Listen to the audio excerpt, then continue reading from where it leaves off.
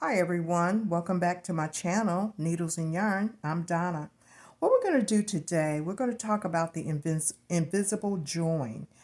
Anytime you're working in a circular motion, you're going to have to join your work. You're going to have to do that. So what we're going to do today is talk about that, and we're going to actually demonstrate how to do the invisible join. I have 3 hat tops that I've started here, and hopefully you'll be able to visually see this really good. If you could identify where I have done the joins on these 3 hats, the tops of these 3 hats. Just look very closely and see if you can see the join. What I'm going to do is pull out each one of these and I'm going to show you. Okay, this hat, circular, and we have to join. If you would look down here, you see the join going on right here. This is the chain 3 or chain 4, and it's been joined, and you can visibly see that. Okay, and how you get that join, I'm doing treble crochet right now, and I'm just going to show you how that happens.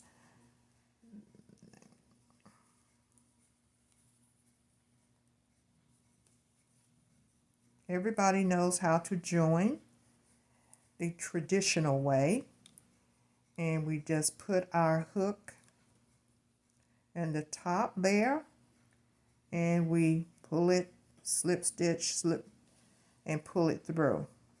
And that pushes that chain 3 or 4. I'm working with chain 4.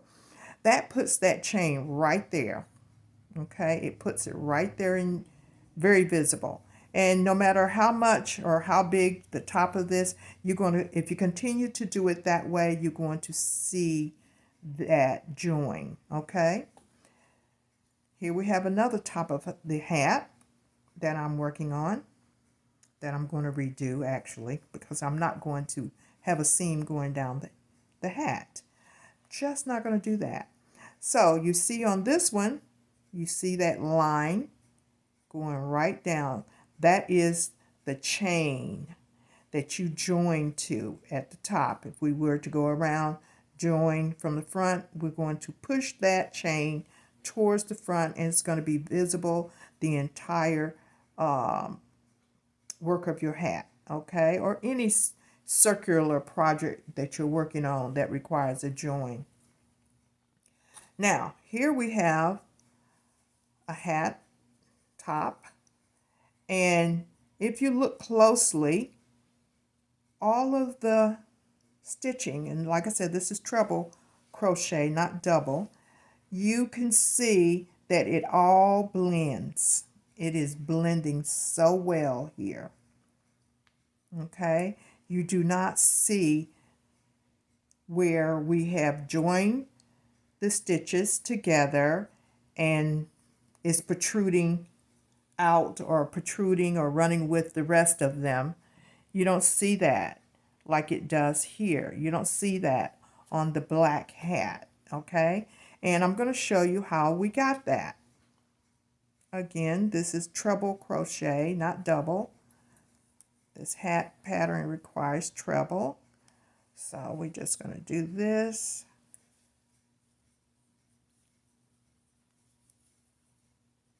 And we're going to join. We're going to join our stitches together. And what I'm going to do is take my needle out. The top of the stitch is right here. Kind of turn my work. And I'm going to the top of the chain.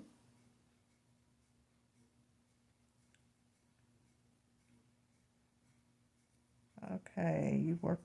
Okay, making sure that my yarn string is behind the work, not in front. Then we're going to stick our hook back into our last loop, and we're going to just pull through. turn our work around. You have your yarn, and most likely the pattern is going to say chain, make a chain of 4. That's what my pattern says. 1, 2, 3, and 4. So I have my chain 4 and I can continue on.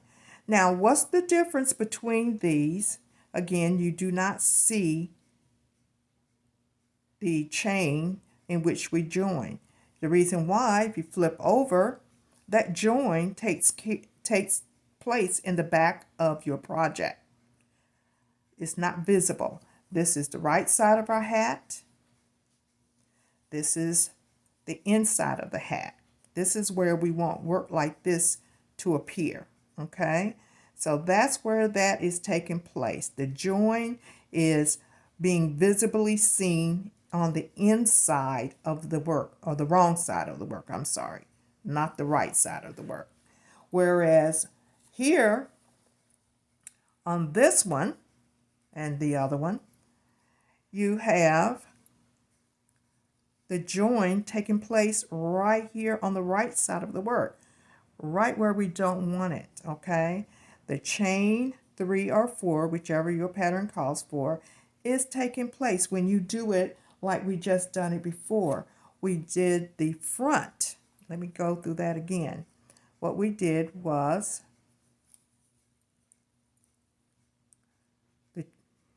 I was going to say the traditional way. The way that most of us have learned in the past. This is the way I learned, and until I started crocheting and I found out better.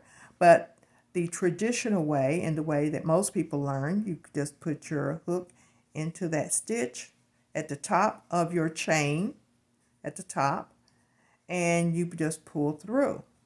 But what that does is forces the chain 3 or chain 4 to appear on the right side of the hat. This is exactly where we don't want it to be, but you see that, okay? And on the back, you really don't see it at all, actually, but you see it on the front. Again, this is not where we want it. But when you do it, let me take this out again. Okay, we're going to make sure that our yarn is in the back of the work. This is the right side of the hat. We want to make sure that the yarn is on the back side. Kind of flip this over. You go into the top of your chain. Put your hook back in the loop. Bring it through. Got that little slip stitch going. And you're going to continue with your work. Mine is chain 4. 1, 2, 3, and 4. And you continue on.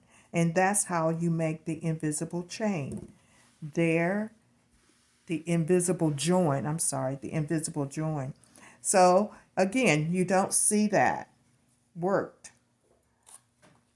on the right side of the work as you do with the traditional way of joining from the front. Basically, that's what that is. Joining from the back, you do not have that. You just have a better appearance of work. It looks so much better joining it in the back, the invisible joint, opposed to joining it in the front. Just wanted to show you this hat. This hat is worked in a circular motion or circular pattern. And I just want to show you, and it's double strand. It's made with double strands of crochet, so it's super thick. But just trying to make a point. I'm going to rotate this hat, and I want you to look closely and see if you see where the joins were made, if you can find them. I think I've gone around it totally. Okay. You do not see where the joins were made. And again, this is super thick and it was worked with 2 strands. And you just don't see it. So the invisible join works. And here's where the indication of where I had to join the hat.